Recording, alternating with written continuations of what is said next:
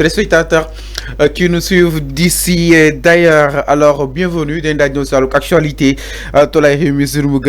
Exactement. Tout d'abord, nous allons commencer à faire avec justement la Cour suprême de muru Ousmane Sonko ak ki nga xam nekk moo di justement Mame Mbaye Niang mu nekk bés bu nar a décisif exactement franchement mu daal di taxaw si li nga xam nekk moo di rabat d'arrêt bi mais tout d'abord Arfan lan la ñuy dégg si li nga xam nekk moo di un rabat d'arrêt.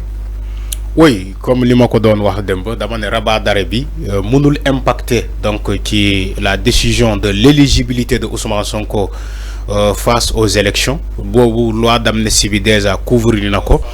Mais léegi lu mu Cour suprême lu mu mën a atte mooy maanaam ci wàllum les intérêts donc de commande des tiers. mooy les intérêts des tiers. mooy maanaam Mame Mbaye Niang lu mu laaj ci xaalis ou bien la condamnation de Ousmane Sonko ci wàllum xaalis bi mooy les 200 millions yu mu war a fay.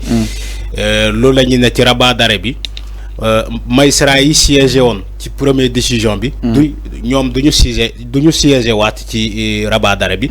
yeneen magistrat yi ñooy ñëw siégé donc pour rendre verdict bi soit ñu confirmer donc la décision de la cour d'appel ou bien tout simplement ces nouveaux magistrats là yi war a siégé ñu infirmer ba casser la décision donc daal di rétablir Ousmane Sonko ci amende boobu de 200 millions alors lu mënta comment dire. donc tey ñaar mooy am soit Ousmane Sonko fay 200 millions yi. soit mu bañ ko fay soit mu bañ ko fay ñu casser déjà la décision. mais en ce qui concerne justement la condamnation. non condamnation bi jeex na boobu loi d'amnistie bi moo ko dindi.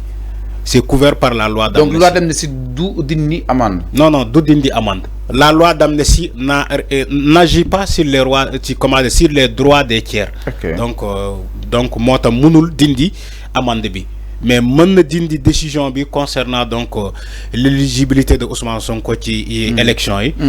moo tax ngeen gis Ousmane Sonko bokk ci élection législative yi ba jiite la liste de Pastef.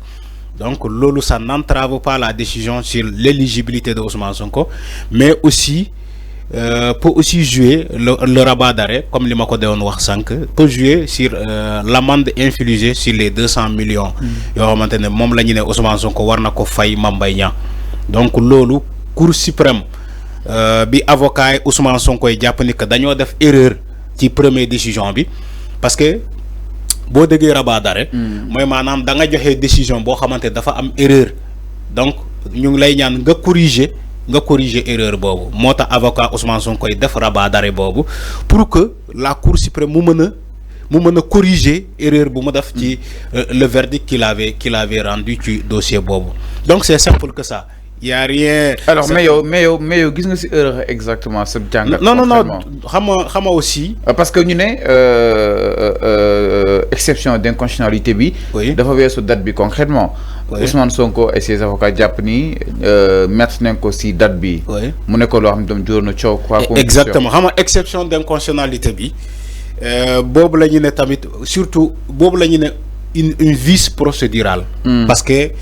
dafa weesu délai bi. loolu bokk na ca li tax avocat Ousmane Sonko koy déposer rabat d'arrêt boobu. mooy exception d'inconstitutionnalité bi nga wax ni c'est vrai que jéemoon naa ko xawoon naa ko fàtte.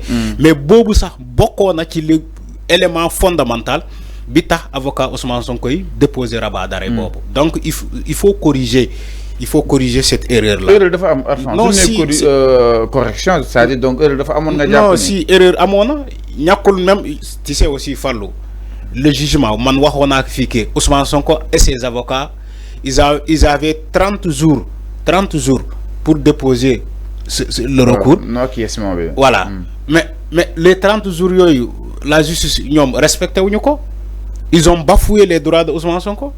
Donc loolu mooy premier vice bi. Deuxième vice bi exception d'inconstitutionnalité bi ngay wax mais boobu bokk na ci li tax ñu ne aussi il y a un défaut.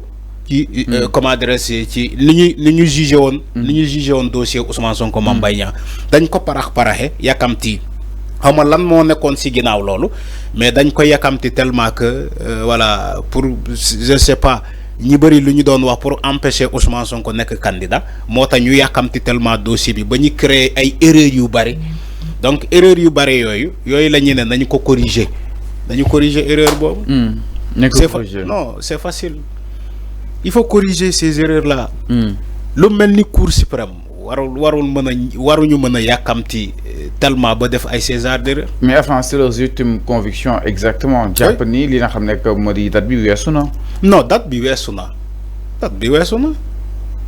moo tax ñuy wax la exception d'inconstitutionnalité bi nga dégg mais c'est parce que dañoo weesu date bi. parce que Amadou Ba nee na mën na ko déposer bu heure bu la neex si loolu noonu concrètement. Juriste Pastef. Alors donc mi ngi noonu exactement Amadou Ba moom mi daal di jàpp ni li nga xam ne que moo di ba bëri procédure judiciaire bi nga xam ni itam moom la loi d'amnistie bi daal di couvrir bi nga xam ni itam foofu nekk foofu sànn ko parlement bi mi ngi estimé que ni le maintien du dossier qui aurait un mélo politico-juridique difficile à gérer selon lui. Donc il s'agit d'une affaire purement politique qui ne devrait plus relever du contentieux judiciaire moom itam jàpp na ni nag jamono ji Cour suprême erreur historique bi nga xam ni itam defoon na ko du ñàkk dina ko daal di corriger. Il fait référence au rejet d'une exception d'inconstitutionnalité soulevée par les avocats d'Ousmane Sonko, rejet motivé par sa supposée tardivité justement.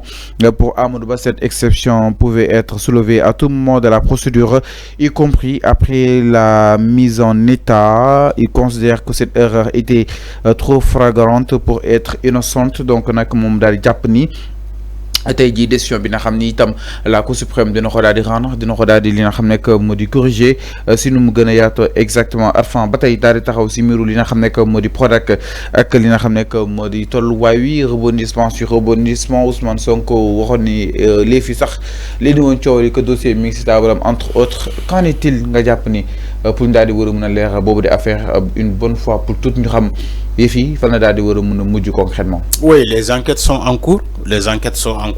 Sur l'affaire de Prodac.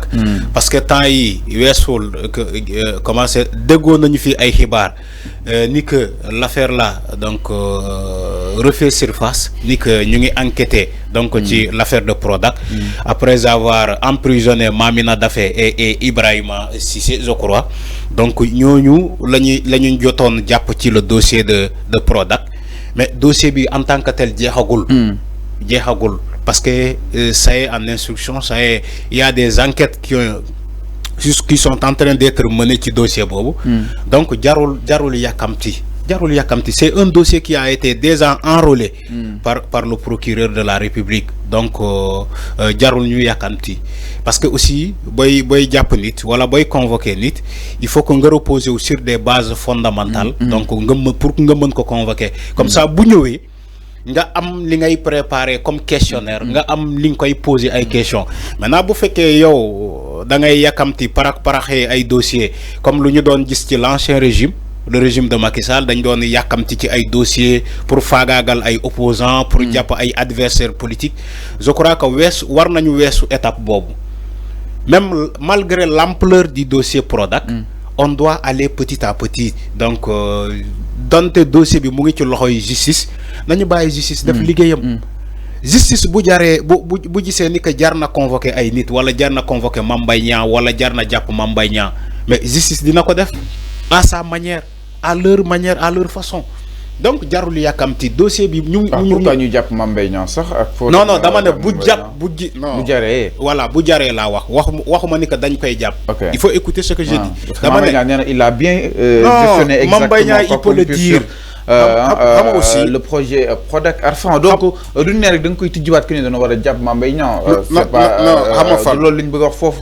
Je n'ai jamais dit que buñ ko tijjiwaatee comme tijji nañ ko dañuy jàpp forcément Mame Mbaye Niang waxuma loolu dama ne dossier bi comme ñu ngi enquête ñu ngi mener ay enquête ay yu approfondi nañu bàyyi justice bi def liggéeyam.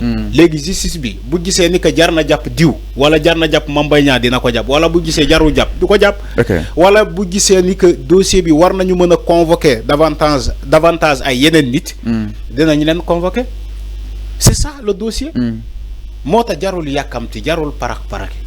De toute façon le dossier a déjà été enrôlé mu ngi ci loxo justice. Alors man gisuma lu jara yakamti étant donné que am na ñu jotoon arrêté ci dossier boobu wax naa fi les Mamina Daffé wootu ni que ñooñu jot nañu leen arrêté parce que dañoo gis ni que ñooñu dañ doon utiliser xarale yi bees yi pour mën a def ay transactions bancaires ay chèques ay faux chèques ay faux et usage de faux de documents administratifs pour ñu mën a suturer de l'argent à l'État du Sénégal. Donc ñooñu loolu lañ doon def.